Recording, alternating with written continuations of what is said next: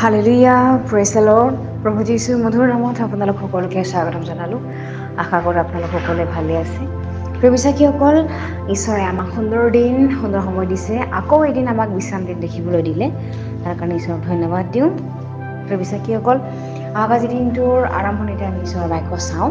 আজি বাক্য আমি লৈছোঁ হোছেয়া 2:19। ইয়াত সুন্দৰ ঈশ্বৰৰ বাক্যই আমাৰ কাৰণে কৈ আছে, আৰু চিৰকাললৈকে মই তোমাক বাগদান কৰিম, এনে কি ধৰ্মত, ন্যায়, বিচাৰত, দয়াত আৰু অনুগ্ৰহত তোমাক বাগদান কৰিম। Hallelujah, praise the lord.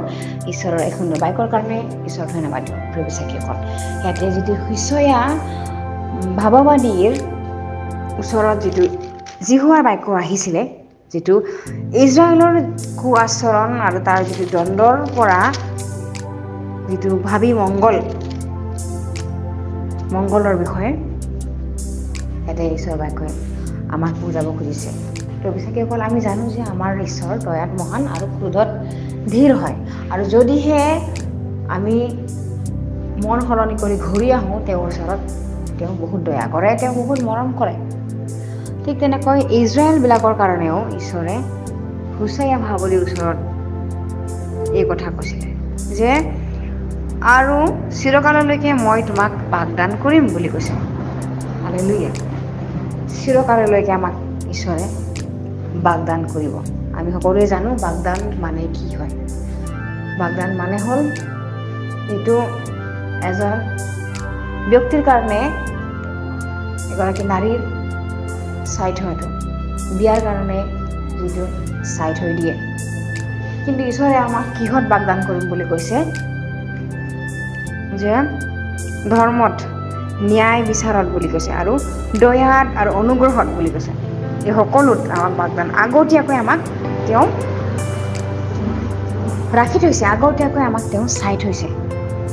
ধৰ্মত আৰু ন্যায় বিচাৰ কৰিবৰ কাৰণে, আৰু দয়াত দিবৰ কাৰণে, আৰু অনুগ্ৰহত আমাক ৰাখিবৰ কাৰণে তেওঁ আগতীয়াকৈ আমাক বাছি থৈছে, বাগদান কৰি থৈছে।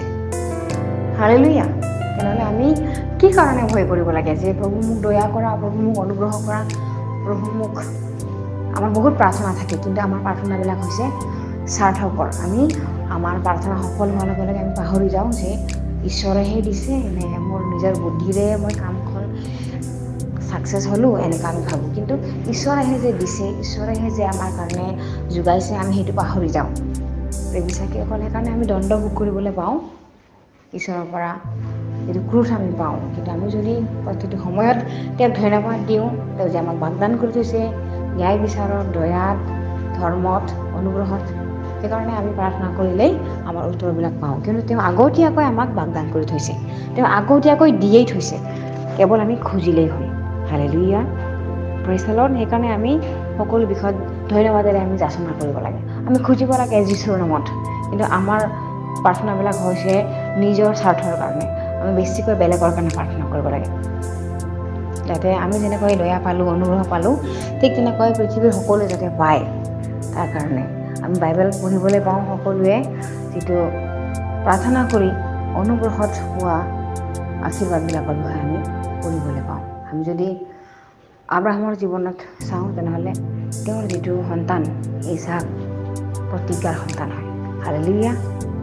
আৰু যদি আমি সমুৱেল ভাৱবাদীত চাওঁ, তেনেহ'লে তেওঁৰ মাক যিটো হান্না, তেওঁ অনুগ্ৰহ পায়ে সমুৱেল ভাৱবাদীক পালে তেওঁৰ সন্তান হিচাপে। হালেলুয়া। ঠিক তেনেকৈ ঈশ্বৰে আমাক সকলোতে আশীৰ্বাদ কৰিছে, সকলোতে আমাক দিছে, কিন্তু আমি নিজৰ স্বাৰ্থৰ কাৰণে খোজোঁ কাৰণে আমি নাপাওঁ। আমি কু অভিলাষৰ কাৰণে খোজোঁ, সেইকাৰণে আমি নাপাওঁ। কিন্তু শুদ্ধ মনেৰে, সঁচা মনেৰে, পবিত্ৰ মনেৰে যদি তেওঁ ৰাজ্যৰ কাৰণে বিচাৰোঁ, তেনেহ'লে তেওঁ নিশ্চয় দিব। Hallelujah, praise the lord. আহক আমি একেলগে প্ৰাৰ্থনা কৰোঁ। ধন্যবাদ প্ৰভু সুন্দৰ বাক্যৰ কাৰণে। তুমি যে আমাক আগতীয়াকৈ বাগদান কৰিছা দয়াত, ধৰ্মত, অনুগ্ৰহত, তাৰ কাৰণে ধন্যবাদ দিওঁ প্ৰভু, কাৰণ তুমি দয়ালু ঈশ্বৰ, প্ৰশংসা লৈছা প্ৰভু। এনেকৈ যাতে তোমাৰ অনুগ্ৰহবিলাক আমি পাই থাকোঁ প্ৰভু, আৰু সকলোৱে যাতে আমি তোমাৰ চৰণৰ উপস্থিত থাকিব পাৰোঁ, ধন্যবাদেৰে যাচনা কৰিব পাৰোঁ প্ৰভু। তুমি এনেকৈ আশীৰ্বাদ কৰিবা। সকলো যাচনা নাচৰূপীয় প্ৰভু যীশু খ্ৰীষ্টৰ নামত অৰ্পণ কৰিছোঁ। আমেন। Praise the lord.